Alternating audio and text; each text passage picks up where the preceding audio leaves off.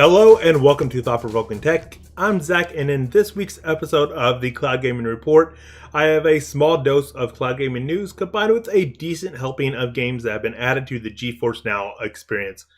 Of course, the first thing I want to address though is the lack of a face cam in this week's episode. I do apologize for that, but I'm not at my normal recording location this week. So I managed to remember my mic, but somehow forgot my webcam.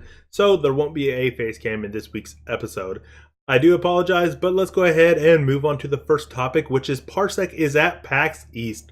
Of course, at the time of recording on Friday afternoon, PAX East is already underway. But if you are planning on attending PAX East this weekend, or have possibly already been at PAX East, but haven't found the Parsec booth or somehow managed to run into it, then I do recommend checking it out and talking to some of the folks behind Parsec. It is a great application, one of the best applications in terms of being able to stream your games from a cloud server, but it also does work over the local network, and they are going to be playing a nice little rotation of games over the weekend. So go check it out, see what they're playing, and talk to some of the folks behind Parsec. So the second topic for this week's episode is going to be an article on Fox Business titled "The Future of Video Games is the Cloud." Of course, the article itself, there isn't a lot that I really want to draw upon. Some of the tiny details that they talk about, they don't get 100% right.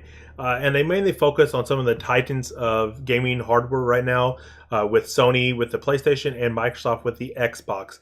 However, they don't really mention a lot of the players in cloud gaming already, such as NVIDIA's GeForce Now, in addition to what we have with Shadow, and Parsec, Paperspace, and the list goes on and on.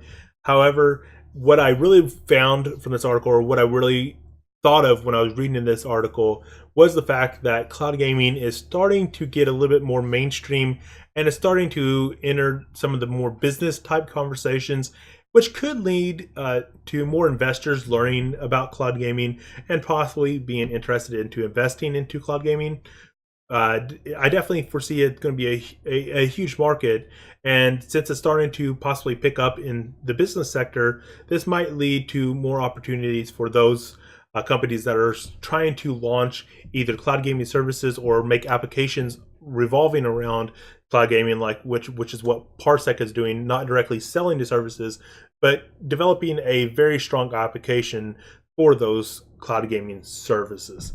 So that's pretty much all I had to draw up from this article. The main thing was the fact that it is starting to enter more mainstream discussions, not really the content of the article itself.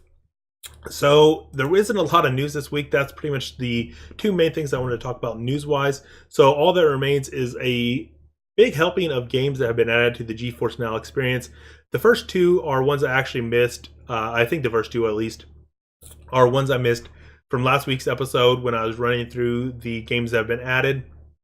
So let's go ahead and run through all the games. We have Dragon Ball Xenoverse 2, Elex, Homefront: The Revolution, Hunt Showdown, the Lego Ninjago movie video game, Metro 2033 Redux, Ni no Kune 2, Revenant Kingdom. I hope I pronounced that correctly, but if I didn't, I do apologize.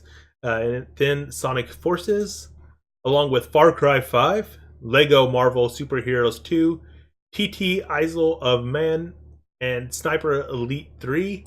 And those are the games that I think I missed from last week's episode that should have been last week's episode. But even from there, we do have a nice helping of games that have been added this week, which shows that NVIDIA is continuing to work on adding new games.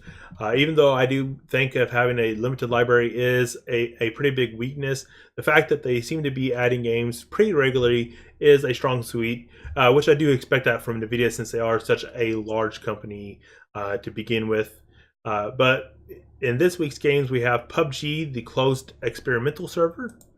We have Assassin's Creed Unity, Call of Duty Modern Warfare 3, Counter-Strike 1.6, Far Cry 4, Football Manager Touch 2018, Lego Jurassic World, Outlast. They have re-enabled Warframe. Apparently it was enabled a while ago, but it had some issues. and so now it's back, but they do state that it could possibly disappear again if issues do arise once again. And finally, the last game they have added is Will to Live Online. So as you can see there, in about the last week and a half or so, there have been a nice helping of games added to GeForce Now. So that's pretty much it for this week's episode, guys. It was a pretty light news week, so there wasn't too much to talk about, but there were quite a few games added to the GeForce Now experience. So if you are cloud gaming it up on the GeForce Now platform, then hopefully one of the games that you're wanting to play is now available.